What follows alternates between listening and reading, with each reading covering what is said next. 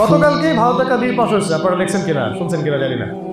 ভারতে বিগত এই শতাব্দী, এক শতাব্দী বলতে পারি আমি, বিগত প্রায় এক শতাব্দী ধরে যে জমিগুলো, জায়গাগুলো, স্থাপনাগুলো মুসলিমরা ওয়াকফ করেছে মসজিদের জন্যে, মাদ্রাসার জন্যে, এতিমখানার জন্যে, বৃদ্ধাশ্রমের জন্যে, গতকালকে ওই তথাকথিত গণতন্ত্রের দোহাই দিয়ে সব ওই সংসদের মধ্যে বিল পাস করায় নিয়ে মুসলিমদের এই প্রায় 27 লক্ষ বিঘা জমি তারা দখল করবে। কালকে যদি ওই ভারতের নিজামুদ্দিন বা দেওবন্দ মাদ্রাসা এগুলো যদি দখল করে নেয় তখন কি হবে? এইসব আইনের ফাঁকফোকর দিয়ে, বিলের ফাঁকফোকর দিয়ে। দেখেন, আমি বুঝতে পারছি যে বিশ্বটা দিন দিন ইসলামের বিরুদ্ধে চলে যাচ্ছে। চতুর্দিক থেকে শত্রুরা আমাদেরকে আক্রমণ করতেছে। আগে তো সাংস্কৃতিক আক্রমণ ছিল, তারপর শিক্ষায় আক্রমণ আসলো, অর্থনীতির মধ্যে আক্রমণ আসলো, রাজনৈতিক আক্রমণ আসলো, এখন বৈশ্বিক আক্রমণ আসতেছে।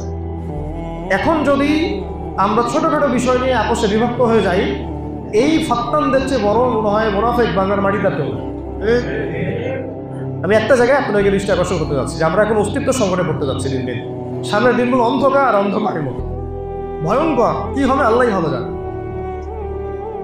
তো প্রিয় ভাইরা, প্রথম কথা হচ্ছে যে আমাদেরকে এখন লা ইলাহা ইল্লাল্লাহ মুহাম্মাদুর রাসূলুল্লাহর ভিত্তিতে ঐক্যবদ্ধ হতে হবে, আগে প্রথম কথা। 2 নম্বর, আমাদের আপোষের ইখতিলাফ কমায় ফেলতে হবে। ফিকহি ইখতিলাফ যদি থেকেও থাকে, সেটা থাকা অবস্থাতেও আমাদের মধ্যে ঐক্য আনতে হবে। এবং একই সাথে ইসলাম বিরোধী যে শত্রুগুলা, তৎপরতাগুলা, আদর্শগুলা আমাদের চারপাশে আছে, এগুলো সম্পর্কে সচেতন হতে হবে। আর ঘুমায় থাকার সময় নেই আপনার। আর যদি ঘুমায় থাকে, এই ঘুমান ভাঙবে রাখা ভালো, ওই অবস্থায় করবেন। যদি এখনো ঘুমায় থাকেন, এই ঘুমাইতেই শেষ, দিন থেকে হয়ে যাবে। আল্লাহ মাফ করুন, হেফাজত করুন। এটা ভারতের অবস্থা, মানে আমার দেশের পাশের অবস্থা। রমজান মাসে তারাবির নামাজ যত অবস্থায় মসজিদের বাইরে হোলি খেলা হয়েছে ভারতে। একটু চিন্তা করেন যে আপনি নামাজ পড়তেছেন, তারাবির নামাজ পড়তেছেন, আর বাইরে হোলি খেলতেছে। ধুমধারাক্কা হোলির গান হচ্ছে, নাচ হচ্ছে, সাউন্ড বক্সে বাড়াচ্ছে। আমাদের ভাইরা রাস্তা দিয়ে হেঁটে গেলে জোর করে রং লাগাই দিচ্ছে। বোনরা হেঁটে গেলে, আপনার বোনকে যদি কেউ রাস্তায় জোর করে রং লাগাই দেয়, বাটিতে করে রং ঢেলে দেয় গায়ে, আপনার কেমন লাগে বলেন? আমরা মাকে লাগাই দিলে কেমন লাগে বলেন? আমারও তো মেয়ে আছে, আমারও তো মা আছে, আপনার তো স্ত্রী আছে, আমাদের নাই বলো? আমাদের স্ত্রী সন্তান মায়েরা যদি রাস্তায় বের হয়, গায়ের মধ্যে রং লাগাই দেয়, একজন তো প্রতিবাদ করছে, ওই মেয়েটাকে নগ্ন করে পিটাইছে। এগুলো উগ্রতা না? এগুলো সন্ত্রাসবাদ না? এগুলোর বিরুদ্ধে কথা বললে আমরা জঙ্গি হয়ে যাবো? এগুলোর বিরুদ্ধে কথা বললে আমরা হবো মৌলবাদী? এগুলোর বিরুদ্ধে আওয়াজ করলে আমরা হবো সাম্প্রদায়িক? বাংলাদেশে কোনো হিন্দুর সাথে এমন আচরণ করা হয়েছে বলেন? আপনারা বলেন, সাক্ষী দেন। বাংলাদেশে কোনো খ্রিস্টানের সাথে এমন আচরণ করা হয়েছে? কোনো বৌদ্ধের সাথে, কোনো ইহুদির সাথে? আমাদের চেয়ে তো মানে আমাদের চেয়ে ভালো মুসলিম আমার তো মনে হয় বাংলাদেশ সারা ওয়ার্ল্ডের খুব কম জায়গাতে আছে। এত শান্তিপ্রিয়, শান্তিকালী মুসলিম, নিজে মাই খেলেও কাউকে মারে নাই মনে হয়। সাতবার গণহত্যার পরে কি মানুষরা গিয়ে সংসদ ভবন ভাঙচুর করছিল? তারপরে মানুষ বলছে ওরা নাকি রং মেখে শুয়েছিল।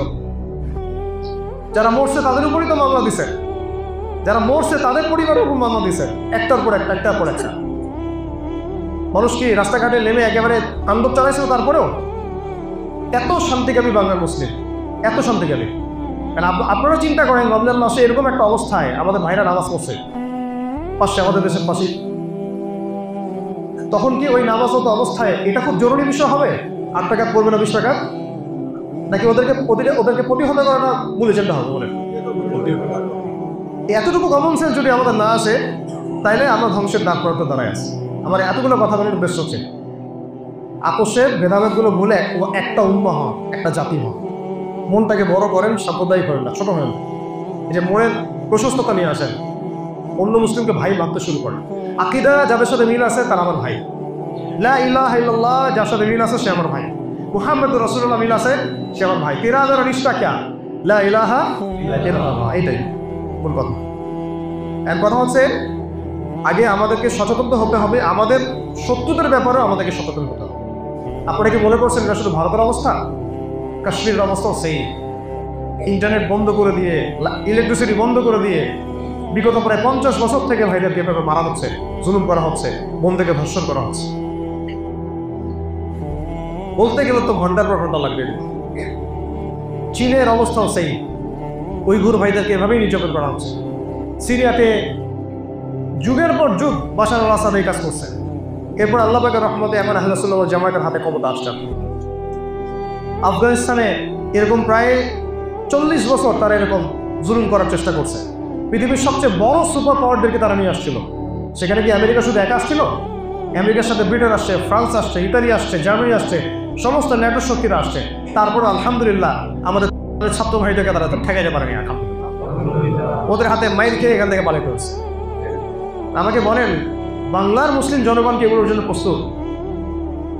যেটা যেটা আগামীকাল হলে আপনি প্রস্তুতি গ্রহণ করবেন, সেটার জন্য আপনি আজকে কেন প্রস্তুতি গ্রহণ করবেন না? আমি একটা এক্সাম্পল দিচ্ছি। ওই হোলির ঘটনাটা, তারাবির নামাজত অবস্থায় মসজিদে হামলা, মসজিদ ভাঙচুরও করা হয়েছে। এবং বিগত প্রায় 10 বছরে এই মোদী গভর্নমেন্টের আন্ডারে অনেক অনেক মুসলিম স্থাপনা ভেঙে গুড়িয়ে দেওয়া হয়েছে। তার মধ্যে একটা বাবরি মসজিদ আছে না? আমাদের দেশে যদি এরকম হতো তাহলে আমরা কি প্রতিবাদ করতাম কি করতাম না? তাহলে আমাদের দেশের অভ্যন্তরের সমস্যা যেগুলো, যেমন কাদিয়ানি মুভমেন্ট, তারপরে সুদী এনজিওদের তৎপরতা, তারপরে ধরেন যে হারামখোরদের হারাম বাণিজ্য, হারাম ফাইন্যান্স, জায়নিস্টদের চাপ, পশ্চিমাদের চাপ, তারপরে ভারতের আগ্রাসন, ওইদিকে পার্বত্য অঞ্চলে দেখবেন ওই কুকি চিং একটা ফরেন করছে। তারপরে আরও অনেকেই আমাদেরকে নিয়ে পলিটিক্স করতেছে বাংলাদেশটাকে নিয়ে, কারণ এটাকে উর্বর জায়গা। এটা নিয়ে আল্লাহ পাকে কোনো প্ল্যান আছে ইনশাআল্লাহ ভবিষ্যৎ। বাংলাদেশ এমন একটা জায়গা, খেয়াল করে দেখেন, বিশ্বের মধ্যে 3য় সর্বোচ্চ মুসলিম প্রধান দেশ। বিশ্ব এটাকে নিয়ে আল্লাহ পাকে কোনো পরিকল্পনা আছে? এবং আমরা গাজওয়াতুল হিন্দ নামক শব্দও জানি, শব্দটা আমার জানা আছে, হাদিসের মধ্যে দলিলও আছে। আল্লাহ পাকের তো কোনো প্ল্যান অবশ্যই আছে। এখন হচ্ছে আমাদের অভ্যন্তরে এই যে পুরো সমস্যাগুলা, খেয়াল করে দেখেন, ইসকন ইস্যু আছে, এটাও মাথায় রাখার।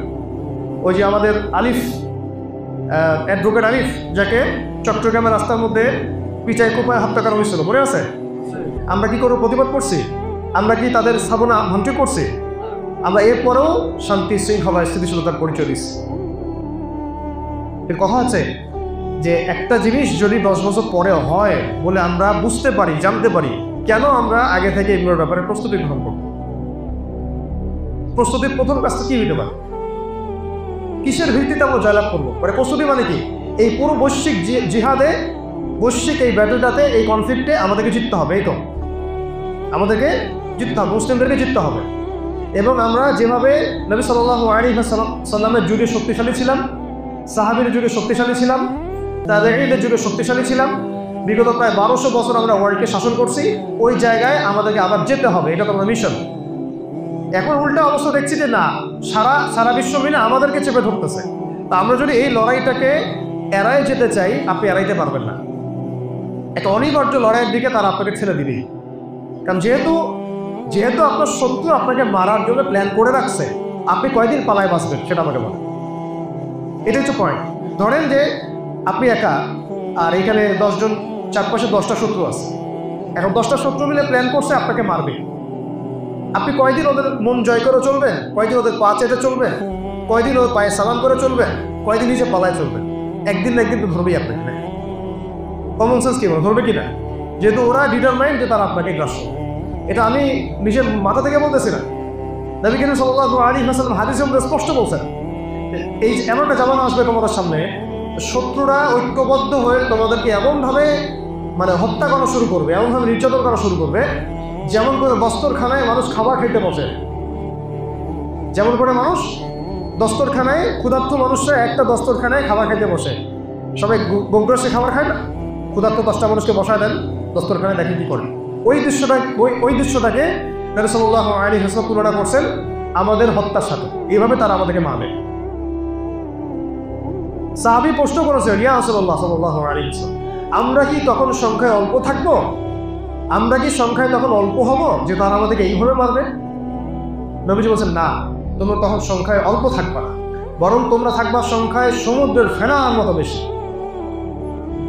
সুবহানাল্লাহ মতো পড়লেন, তাহলে সমুদ্রের ফেনার মতো বেশি হলে মাইল খাবে কেন? ওইটাও হাদিসের মধ্যে আসছে, বলা হচ্ছে 2টা বিষয় তোমাদেরকে পেয়ে বসবে। কয়টা বিষয়? এই দুইটা বিষয় তোমাদেরকে পেয়ে বসবে, এই কারণে তোমাদের অধঃপতন ধ্বংসটা হবে। হ্যাঁ, তোমরা দুনিয়ার পূজায় লিপ্ত হয়ে যাবে। কিসের পূজা? এখন এই মুসলিম উম্মাহ বেশিরভাগ মানুষের একটাই ফিকির, দুনিয়া দুনিয়া আর দুনিয়া। কি খাবো, কি পরবো, কি খাওয়াবো বাচ্চাকে, কি পড়াবো, কি ব্যবসা করব, কি চাকরি করব, কি বাণিজ্য করব, এগুলো দুনিয়াবি কাজ হলেও পারতো নাজায়েজ না। নাজায়েজ কি? কিন্তু এগুলোতে ডুবে যাওয়া নাজায়েজ। এগুলোতে কি করা? ডুবে যাওয়া নাজায়েজ। এগুলো আমার প্রয়োজন, যতটুকু আমার দরকার আল্লাহ পাক করতে বলেছেন, ওইটা ইবাদত, ওইটাকে মূল উদ্দেশ্য করানো নাজায়েজ। আমার মূল উদ্দেশ্য পরকাল, ইসলাম, দ্বীন, ঈমান, তাওহীদ, রিসালাত, সুন্নাত, আখিরাত, জান্নাত, এটা আমার মূল। এক নম্বর পয়েন্ট নবীজি বললেন, তোমরা দুনিয়ার প্রতি কি হবে? আসক্ত। আসক্ত মানে কি? আসক্তি বুঝেন? আসক্তি কি? নেশা। এটা একটা কারণ। একটা কারণ হচ্ছে আল ওয়াহান, তোমাদেরকে মৃত্যুর ভয় পেয়ে বসে। মানে তোমরা কেউই, বেশিরভাগই তোমাদের মধ্যে বেশিরভাগই এটা কথা বলার উদ্দেশ্য হচ্ছে, ম্যাক্সিমাম বোঝানো হয়, বেশিরভাগই আল্লাহর রাস্তায় জীবন দেওয়ার জন্য প্রস্তুত থাকবে না। এই ভয়টা তোমাদের মধ্যে পেয়ে বসে। এই দুটা কারণে কাফেররা এইভাবে তোমাদেরকে ধ্বংস করে। আমাকে এখন বলেন তো, এই দুটা কি বাস্তব না অবাস্তব? এখন